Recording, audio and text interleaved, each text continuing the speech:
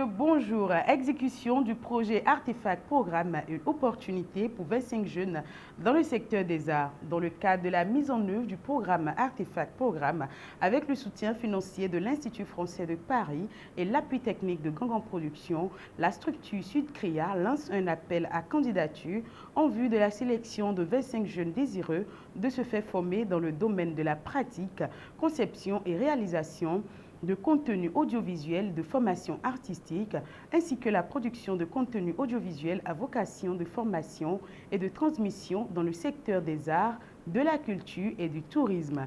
À cet effet, un atelier de formation est prévu pour se tenir du 3 au 7 juillet 2020 à Cotonou.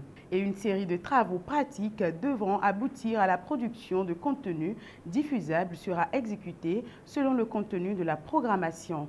Sont attendues des personnes dotées d'une grande ouverture d'esprit qui ont une compétence pour la créativité, les rencontres, les échanges culturels, les voyages, la collaboration interdisciplinaire et la diversité culturelle.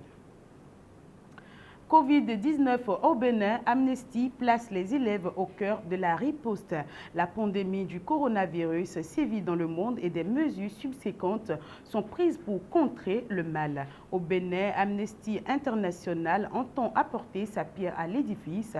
Ainsi, à travers l'initiative volontaire Santé Junior, l'organisation place les élèves au cœur de la riposte contre la Covid-19.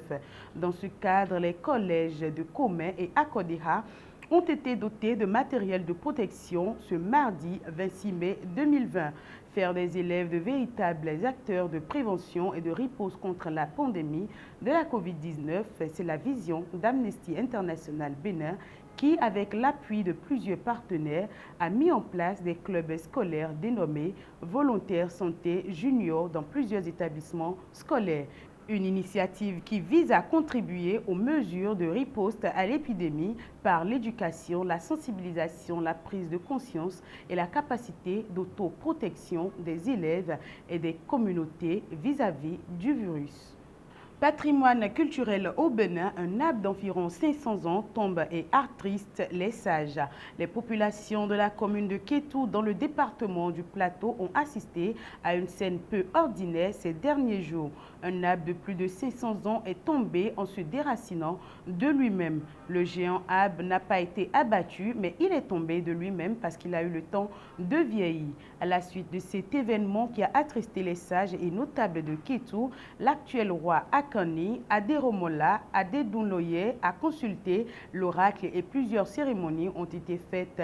Selon Abou Yekini, qui renseigne qu'il existe deux autres arbres aussi anciens dans la cité royale. L'un est en face de la plus grande église de Kétou et l'autre au lieu sacré dit Akaba Idena, qui se trouve être le passage obligé de tout nouveau roi intronisé se rendant au palais. D'après certaines légendes, ces différents arbres séculaires auraient joué un rôle important dans la protection du royaume contre les envahisseurs. Fin de ce flash, retrouvez Géraude Adjomaï pour la grande édition du soir. Passez une excellente journée.